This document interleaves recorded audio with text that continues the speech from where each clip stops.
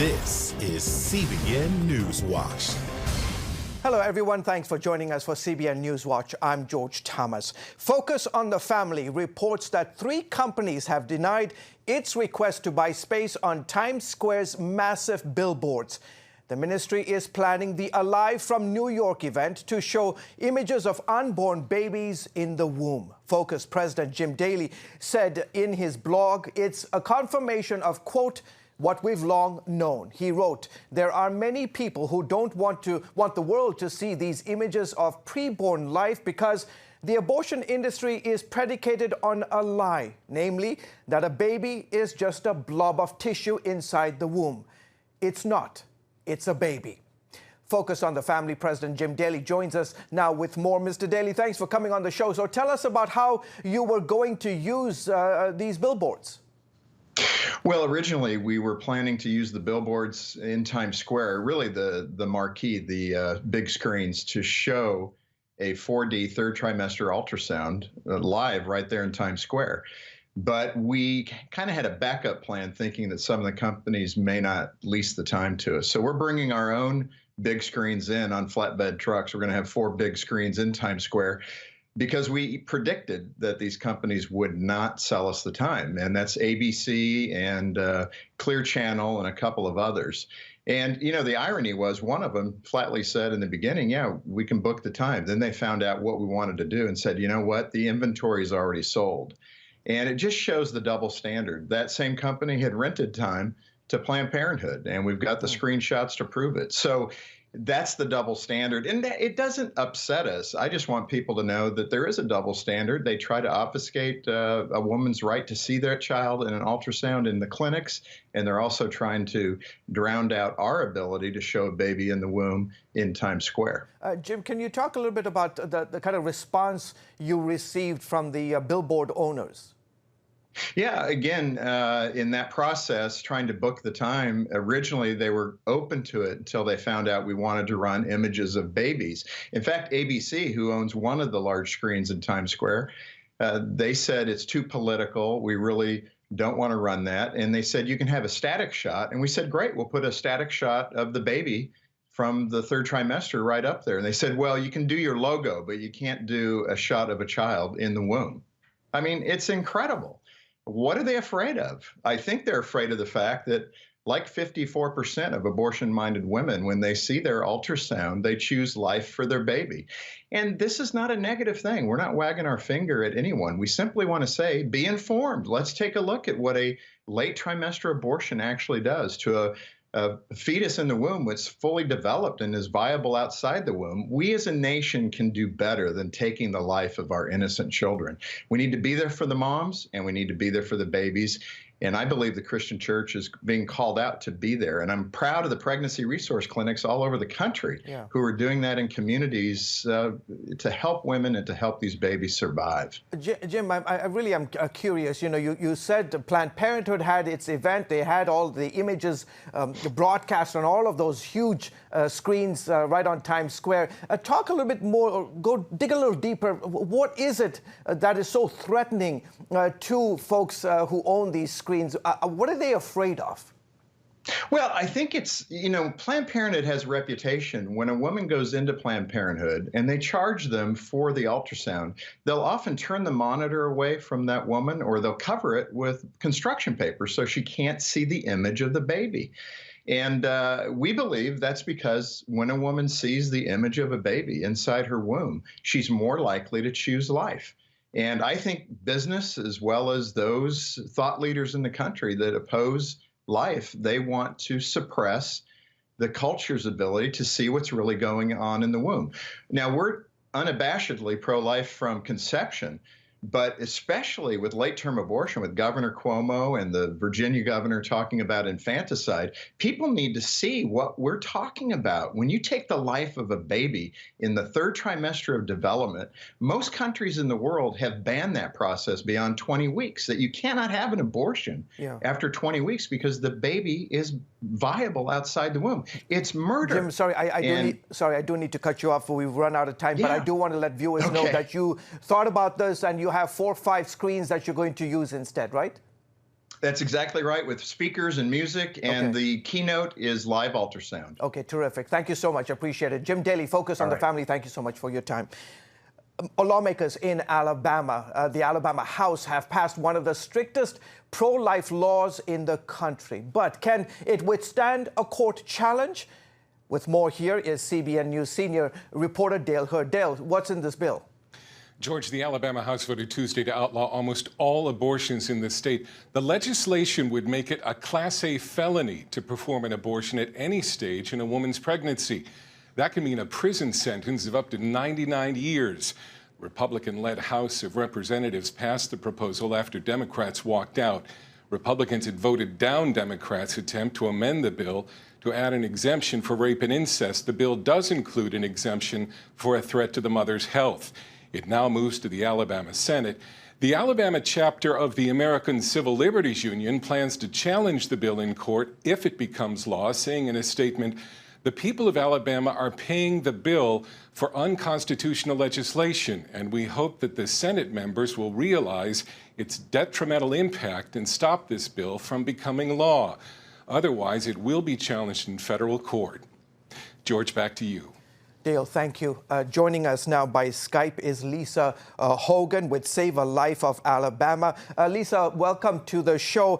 Anything you can tell us about the vote and the debate with Democrats walking out?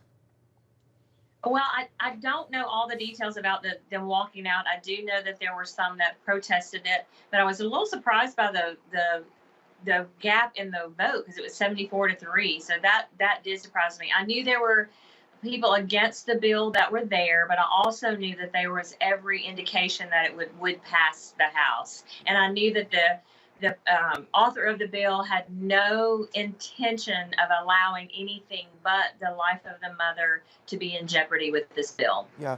Lisa, you are very well aware that Alabama has a history of having a more blue dog Democrats and many in the past who were pro-life. Why do you think that's changed?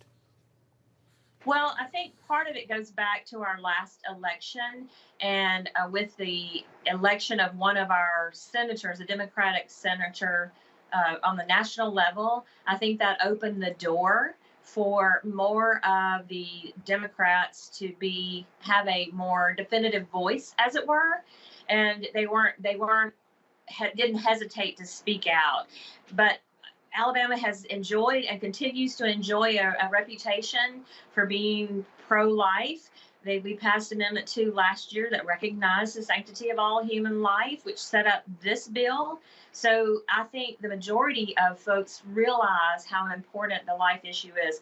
And quite frankly, as we just heard, people are disgusted by the infanticide idea and realize just how devastating abortion can be. Yeah. Lisa, do you think it will clear the Senate and be signed into law by the governor? I do think it will. I do think that it will be held up, though, by the ACLU, as was mentioned in the earlier report. One of the primary reasons this bill was introduced in the first place was to get the conversation back to the Supreme Court level. And it is, so far, it is doing what it was intended to do. Last question, why is this bill, and I think perhaps you referred to this a little bit, but maybe you can dig deeper here. Why is this bill so important to the pro-life movement in Alabama and across the nation?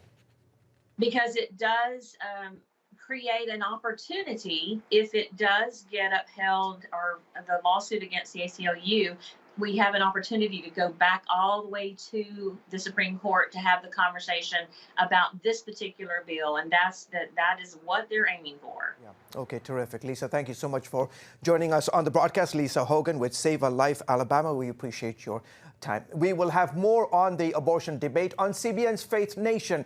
We take a closer look at the likelihood of Roe versus Wade being overturned and why, even though it may cause some women to panic, it encourages others. Again, that's on Faith Nation, which airs tonight only on the CBN News channel. Venezuela's state security forces are using tear gas and scattering protesters of dictator Nicolas Maduro's government. Some ran away from the tear gas while others vowed to stay. The country's leading politician, Juan Guaido, is encouraging them not to give up on seeing Maduro ousted. He's urging his countrymen to keep up the pressure. In a video posted on social media, he encouraged Venezuelans to continue with the protests and called on the military to join them in seeking change from Maduro's socialist policies that he and others believe destroyed their nation. He believes Maduro no longer has total control of the military. We now know for sure that the claim that the regime has control of the armed forces is false.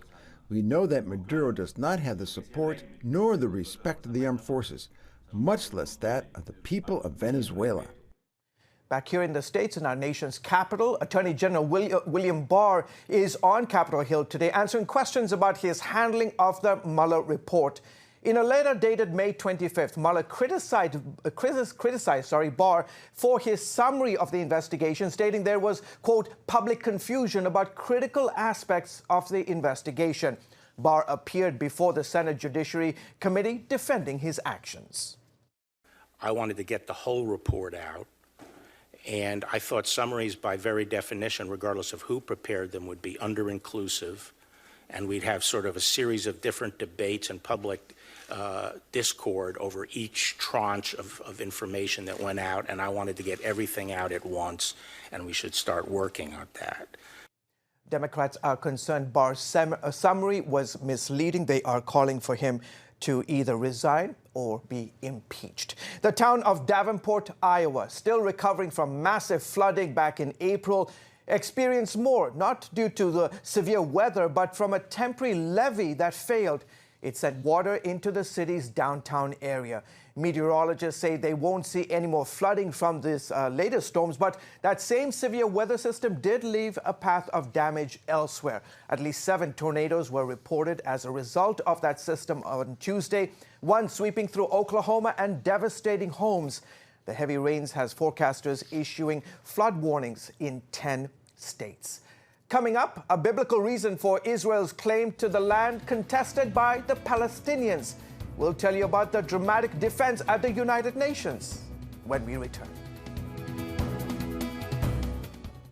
CBN presents The I Wills of God, your path to overcoming fear and anxiety. We're going to talk about some of the incredible promises God has made to His children. In Pat Robertson's newest teaching, you'll discover the I wills of God. I will rescue him, protect him, answer him, be with him in trouble, deliver him, honor him, satisfy him with long life, show him my salvation, and see amazing stories of God's promises in action. What I felt was loved and treasured. God spared my life twice in 3 days. The good Lord had given me a second chance. Break free from stress and despair. The Lord doesn't want you to live in fear, but to know the rewards given to those who love God. Call 1-800-700-7000 or visit CBN.com. The I Wills of God, your path to overcoming fear and anxiety. Remember for a moment what it was like to be a child. You believed every story you were told. You saw a world full of endless possibilities. What stories will the world's orphaned and at-risk children believe? We believe the Bible tells the only story truly worth believing. We believe that every child should have the opportunity to dream, the chance to take challenges and turn them into possibilities, the chance to stand on the promises of God, to recognize their place in the greatest story ever told. They have their whole lives ahead of them. Theirs is a world of endless possibilities. They are looking for a story to believe. We will tell them that story. Will you join us?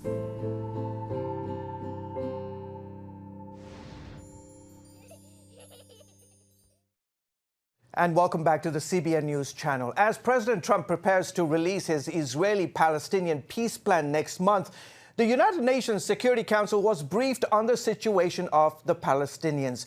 Israel was blasted for expanding Jewish communities in biblical Judea and Samaria. But Israel's UN ambassador, Danny Danon, said that Israel's claim to the land is based on 4 pillars, including the Bible. From the book of Genesis to the Jewish exodus from Egypt, to receiving the Torah on Mount Sinai, and to the realization of God's covenant in the Holy Land of Israel, the Bible paints a consistent picture. The entire history of our people and our connection to Eretz Israel begins right here. Dannon said the other three pillars for Israel's claim to the Holy Land are history, international law, and the pursuit of peace and security.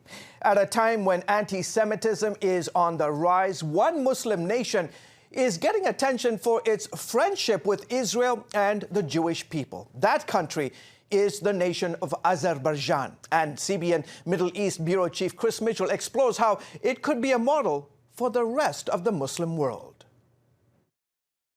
Sitting at the crossroads of Europe and Asia, Azerbaijan is strategically positioned close to Iran, Turkey, and Russia, with a major asset to the east. This is Baku, the capital of Azerbaijan.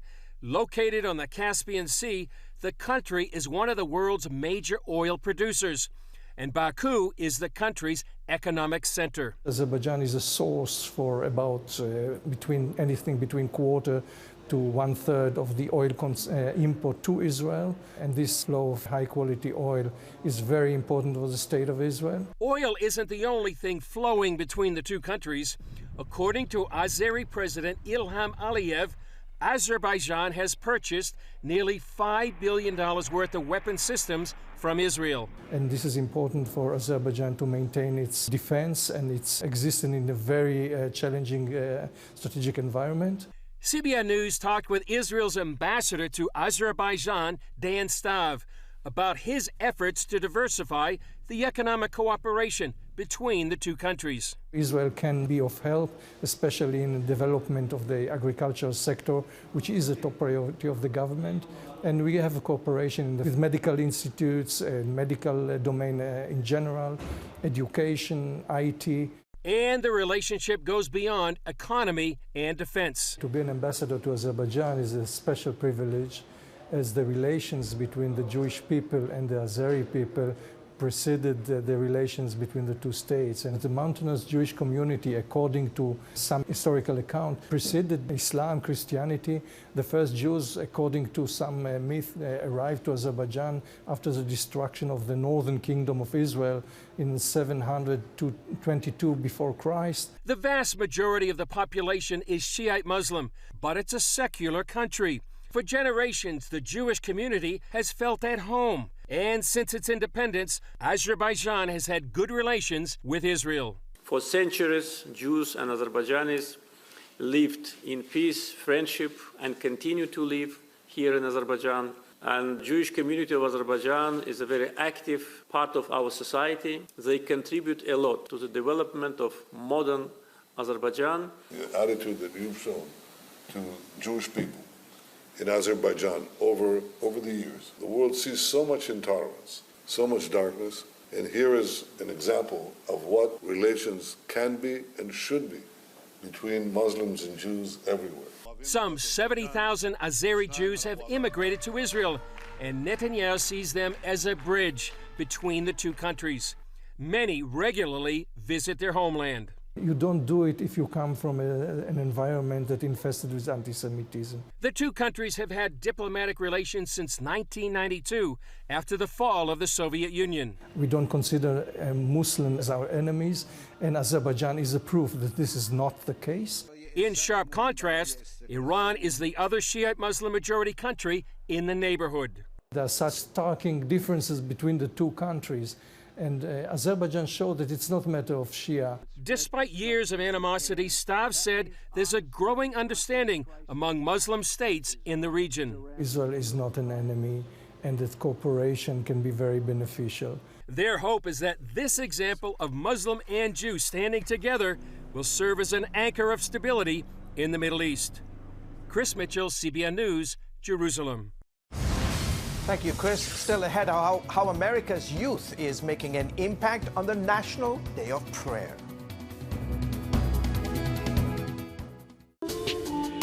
It's about the competition. I kind of put that pressure on myself, and I think people had expectations. It's about overcoming. We use this phrase all the time, keep chopping, keep practicing hard. It's about going the distance. You know, I think as a father, it's my job, to lead, just be the best husband and father I can be. Watch Going the Distance with Sean Brown Saturday night at 7:30 on the CBN News Channel. Woohoo! Hi, Superbook fans. Here's something else you'll love. It's the new Superbook Bible app.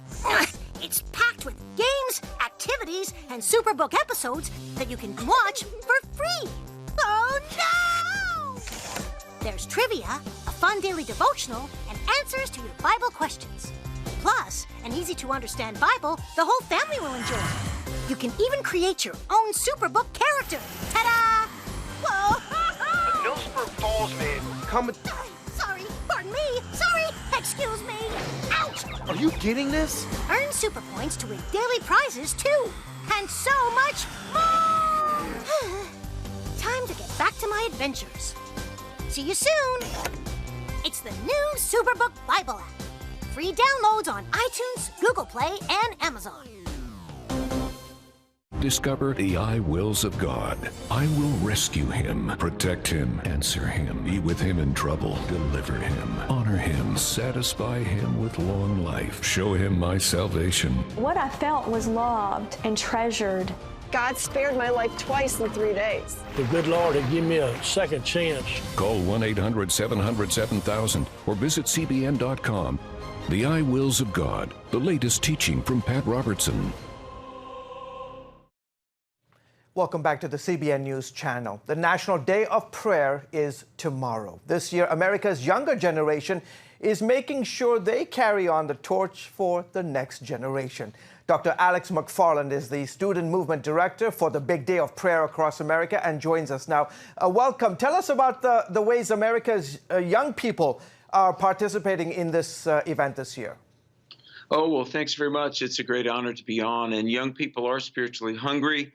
Young people care about Jesus Christ. They care about biblical truth, and they care about the future of the country. And so we set up a website, ndpstudents.com, and we've been working about 6 months to engage youth groups, individuals, youth ministries, student campus ministries, and they're going to be gathering at their schools, at their churches, in their communities across America to pray tomorrow. And as far as we know, this is the first time for the National Day of Prayer that there's been a concerted effort to harness the energy and the enthusiasm of young people. And we're so thrilled that God is doing this in their lives. What do you see happening when it comes to the younger generation and their faith in God and desire to pray? Well, young people, we live in a time when so many young people are bombarded with skepticism, and very much their classroom experiences are secular, militantly so, but yet they're spiritually hungry, because just like all people desire to be loved and appreciated, all people desire the ultimate source of love, which is the Lord. And so young people, they know, even in a culture of abortion, they know that life matters. Even in a culture of violence, they desire peace and safety. Many young people, and I just last week was in 6 public schools to speak, and they pray for their campus to be a drug-free zone. Many of them are praying for their campus to be a violence-free zone. And so this National Day of Prayer, we hope we will, as adults, be able to impart the habit of praying individually, but at least once a year as a whole nation gathering corporately to pray. And so I've found young people, middle school through college, they're just 100% receptive to this. Dr. McFarland, what is the prayer emphasis tomorrow? Well, the emphasis, the National Day of Prayer Task Force, which is led out of Colorado Springs, it was led by many years by Shirley Dobson, the wife of James Dobson, and she has retired, and some great people like Anne Graham Lotz have been involved, and Dr. Ronnie Floyd, a pastor, and Lisa Crump and Kathy Brasnell now. The emphasis this year is love one another. John 13, Jesus said, "But this will all men know that you're my disciples if you have love one for another." So while there are a myriad of things to pray for, and on the National Day of Prayer website, if you Google National Day of Prayer, you'll find prayer guides to pray for our leaders, to pray for our communities, to pray for our churches and families. But the emphasis is sharing the love of Jesus with our neighbor. Okay, on that note, Dr. McFarland, thank you so much for joining us on the broadcast. God bless you, and thank you for this time. You're most welcome. Well, folks, coming up, the miracle story behind a man once suicidal who decided to literally take up his cross and follow Christ. As the world watches from the outside, it's a big diplomatic tug of war here in the Middle East. Go inside the story with Jerusalem Dateline. Israeli archaeologists are talking about a discovery that could change the thinking about the Temple Mount. Join CBN Jerusalem Bureau Chief Chris Mitchell and get the biblical perspective on the events shaping the world. What starts in Israel then ends up going to other places. Watch Jerusalem Dateline, Friday night at 9:30 on the CBN News Channel.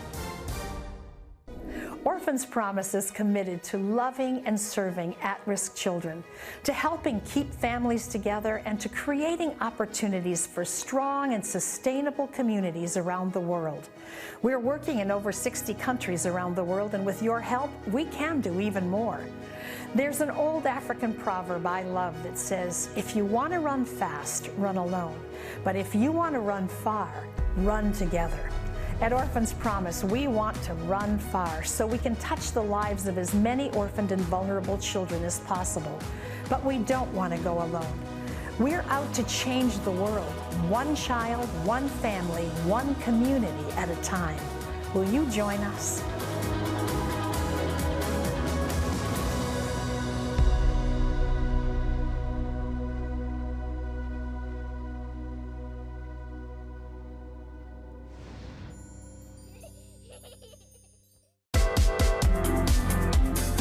Meet the pastors who are preaching the gospel in a fresh, fearless way.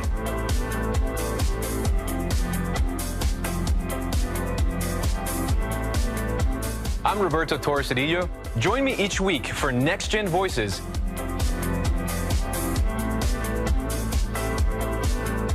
And watch God transform a generation.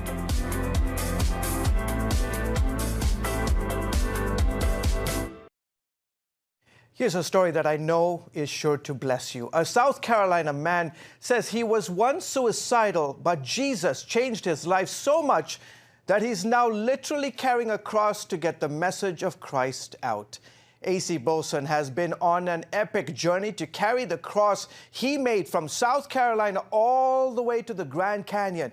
And he takes the opportunity at every stop to preach gospel along the way. He predicts it will take him 3 months to make the journey, and he's already seen God do some amazing miracles, including saving one woman from suicide. You can check out that incredible story at our website, cbnnews.com. Check it out. It will inspire you. Well, folks, that is it for this edition of CBN News Watch. You can find more issues you care about at our cbnnews.com website, and you can watch CBN News programs anytime on our CBN News channel. Plus, tell us what you think about the stories you've seen here. You can do that by emailing us at newswatch@cbn.com. Well, from all of us here in the studio and in the control room, have a wonderful rest of the day, and God bless you.